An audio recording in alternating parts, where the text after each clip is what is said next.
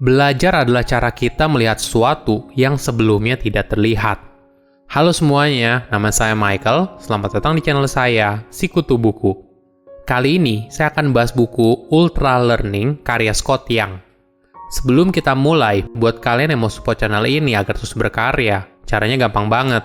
Kalian cukup klik subscribe dan nyalakan loncengnya.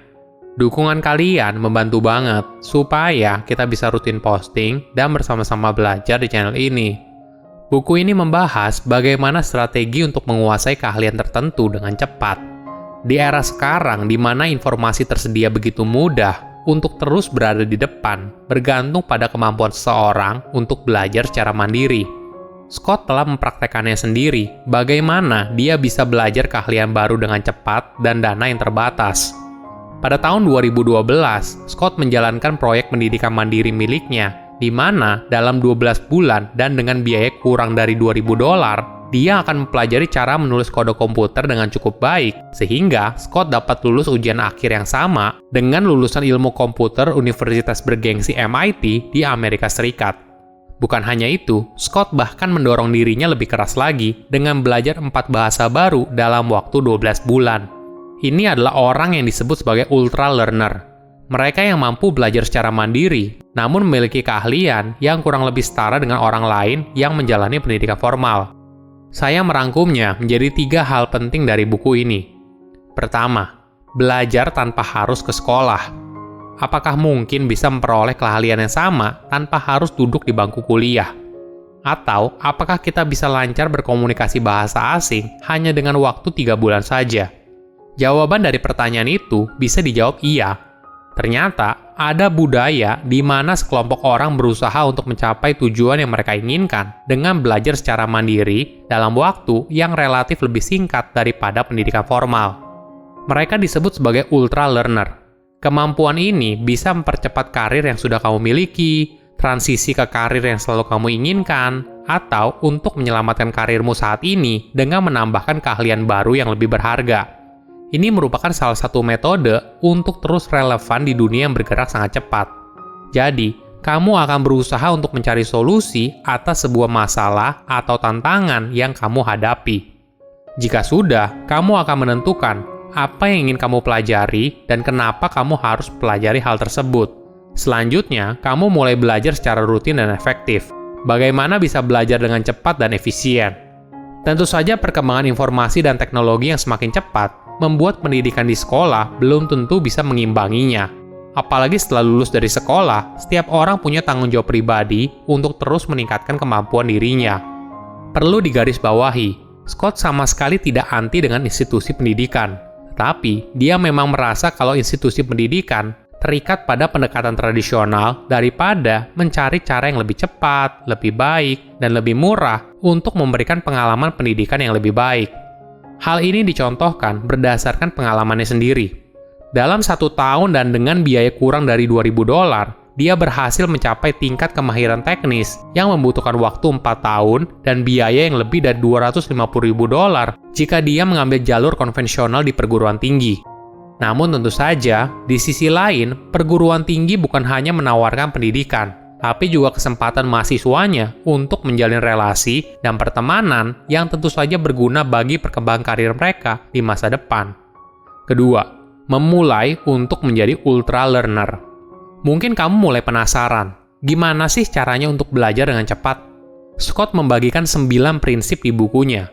Saya tidak akan bahas semuanya ya, namun saya akan menjelaskan beberapa poin yang penting. Pertama, meta learning. Ini merupakan awal dari perjalanan kamu menuju ultra learner. Kamu diharapkan untuk mampu melihat gambaran besar dan menyusun strategi belajar yang optimal. Kamu bisa memulainya dengan membuat meta learning map yang berisi 3 kategori besar, yaitu konsep, fakta, dan prosedur. Konsep berhubungan dengan apa yang perlu kamu pahami. Fakta berhubungan dengan apa yang perlu dihafal. Terakhir, prosedur berhubungan dengan apa yang perlu dilakukan. Setelah kamu mempertimbangkan setiap kategori, maka selanjutnya kamu harus fokus pada kategori yang paling relevan. Kamu juga belajar dari orang lain yang sudah mempelajari keahlian ini sebelumnya. Lihat bagaimana mereka melakukannya dan coba praktekkan dengan sentuhanmu sendiri. Kedua, directness. alasan kenapa ultra learning mampu buat seseorang menjadi ahli dalam waktu yang relatif lebih singkat adalah karena adanya immersive learning. Jadi, seseorang belajar tidak dalam kelas, namun bersentuhan langsung dengan sesuatu yang ingin dia pelajari. Misalnya gini, jika kita ingin belajar bahasa Perancis, jalur konvensional membuat kita belajar di kelas. Namun langkah yang paling cepat adalah berkomunikasi langsung dengan orang Perancis. Pendekatan belajar sambil praktek merupakan cara efisien untuk mempersingkat waktu belajar. Ketiga, ketika belajar hal baru, jangan lupa untuk rutin melakukan tes mandiri untuk meningkatkan kemampuan kamu dalam memahami apa yang kamu lakukan. Kamu bisa mengetes diri kamu dengan menuliskan soal apa saja yang kamu ketahui tentang topik tertentu sejauh yang kamu ingat. Memang ini tidak mudah, karena mengingat apa yang sudah dipelajari cukup menantang. Namun, ini merupakan cara belajar yang lebih efektif. Ketiga, manfaat belajar ultra learning. Penting nggak sih kita belajar soal ultra learning? Tadi di awal kita sudah bahas, kalau kemampuan ini dapat meningkatkan kemampuan kita dalam bekerja. Namun di sisi lain, secara pribadi, apakah kamu pernah punya mimpi untuk belajar keahlian baru? Misalnya, belajar alat musik baru, bahasa asing, memasak, dan sebagainya. Pada dasarnya, hidup boleh dibilang tentang belajar, memiliki keahlian baru, mengembangkan diri menjadi lebih baik. Tentu saja, ketika kita bisa belajar lebih cepat, maka kita akan berkembang lebih cepat. Ada manfaat lain apabila kita berhasil belajar mandiri dengan cepat. Scott memberikan contoh. Ketika dia berhasil menyelesaikan tantangan codingnya dan lulus dari tes akhir di MIT University, hal ini bukan saja menambahkan minatnya soal computer science dan matematika, namun membuka pikirannya soal kemungkinan masa depan. Jika dia berhasil menyelesaikan tantangan ini, hal apa yang awalnya dia ragu di masa lalu, namun ternyata bisa diwujudkan di masa depan. Ini sebenarnya inti utama dari belajar. Bagaimana wawasan kita bisa berkembang, melihat sesuatu yang sebelumnya tidak terlihat, dan mengakui potensi diri yang terpendam. Mungkin kamu punya sedikit keraguan. Kalau menganggap Scott bisa melakukan itu semua karena dia punya bakat. Namun perlu diingat, yang jauh lebih penting bukan hanya bakat, tapi kerja keras dan strategi untuk mencapainya. Belajar hal baru tentu saja tidak mudah dan cukup menantang. Di tengah perjalanan, kamu mungkin akan mengalami banyak kesulitan. Namun jangan menyerah dan teruslah mencari solusi atas tantangan yang kamu hadapi. Hingga akhirnya, kamu menjadi ahli di bidang yang ingin kamu tekuni.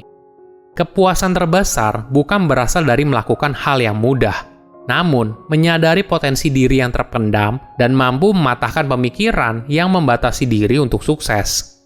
Silakan komen di kolom komentar pelajaran apa yang kalian dapat ketika baca buku ini. Selain itu, komen juga mau buku apa lagi yang saya review di video berikutnya. Saya undur diri, jangan lupa subscribe channel YouTube Sikutu Buku. Bye-bye.